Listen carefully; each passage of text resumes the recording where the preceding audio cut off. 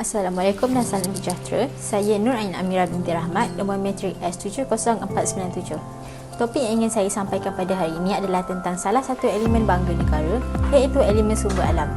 Setiap orang pasti bangga menjadi rakyat negara mereka sendiri.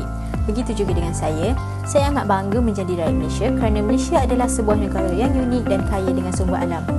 Malaysia dianugerahkan dengan tarikan alam semula jadi dan kekayaan pelbagai biologi sehingga sering menjadi destinasi pilihan bagi pelancong tempatan dan asing, menyebabkan ekopelancongan menjadi antara produk pelancongan yang semakin popular pada masa kini. Apakah maksud ekopelancongan? Ekopelancongan ialah pelancongan yang berasaskan sumber dan pemeliharaan alam semula jadi. Ekopelancongan telah diberi perhatian dan mula dibangunkan dalam Rancangan Malaysia ke-7 dan Rancangan Malaysia ke-8 dan dilaksanakan secara serius melalui penubuhan Pelan Ekopelancongan Kebangsaan 2016 hingga 2025 pada tahun 2015. Ekopelancongan memberi penekanan terhadap mempromosikan dan membangunkan destinasi pelancongan dengan mengambil kira penjagaan dan kelestarian alam sekitar. Antara tarikan semula jadi yang berpotensi menarik pelancong domestik mengunjungi alam semula jadi adalah kehijauan persekitaran seperti kawasan hutan, air sungai, keindahan pantai, keunikan gua serta kecantikan flora dan fauna yang unik. Malaysia merekodkan kedatangan pelancong asing seramai 4.5 juta setakat 10 tahun pertama ini, kebanyakannya dari negara ASEAN. Timbalan Menteri Pelancongan Seni dan Budaya Hairul Firdaus Ahbahan berkata, kekayaan alam semula jadi dan keindahan Sabah, Sarawak, Pulau Langkawi serta negeri-negeri lain yang telah menarik kedatangan pelancong dari Taiwan, China dan Korea. Sebagai contoh, Pulau Sipadan di Sabah.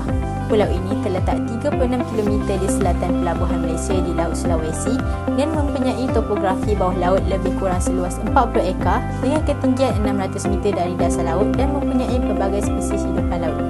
Disebabkan itu, aktiviti bawah laut adalah antara aktiviti yang menarik perhatian pelancong dalam dan luar negara. Pulau Sipadan adalah antara destinasi scuba terbaik di dunia dengan keindahan dasar laut yang mempunyai pelbagai spesies ikan, terumbu karang, penyu dan macam-macam lagi. Menurut Ketua Menteri Sabah, Datuk Seri Panglima Haji Haji Nur, Sabah telah merekodkan ketibaan pelancong seramai 988,680 orang untuk 5 bulan pertama 2023. Ini menunjukkan peningkatan sebanyak 77.1% berbanding jumlah pelancong untuk tempoh yang sama pada tahun 2022. Sabah adalah antara negeri yang menerima jumlah pelancong yang tinggi. Seterusnya, sumber alam di Malaysia telah digunakan dalam industri bagi meningkatkan pendapatan negara. Perkembangan pesat sektor perdagangan dan komoditi di Malaysia boleh dikaitkan dengan keadaan alam semula jadi yang mempunyai tanah yang subur, corak taburan hujan yang baik dan bekalan air yang mencukupi untuk pertumbuhan tanaman. Malaysia terkenal dengan pengeluaran minyak sawit ke pasaran dunia. Permintaan produk negara kian meningkat dengan peningkatan populasi rakyat tempatan dan perkembangan pasaran global. Sebagai contoh, Sarawak mempunyai keluasan tanaman kelapa sawit terbesar iaitu kira-kira 1.58 juta hektar diikuti dengan Sabah kira-kira 1.54 juta hektar. Dengan jumlah keluasan ladang sawit di Malaysia hampir 5.9 juta hektar, Malaysia menjadi pengeksport minyak sawit kedua terbesar di dunia selepas Indonesia. Malaysia memberikan 30% minyak sawit dunia.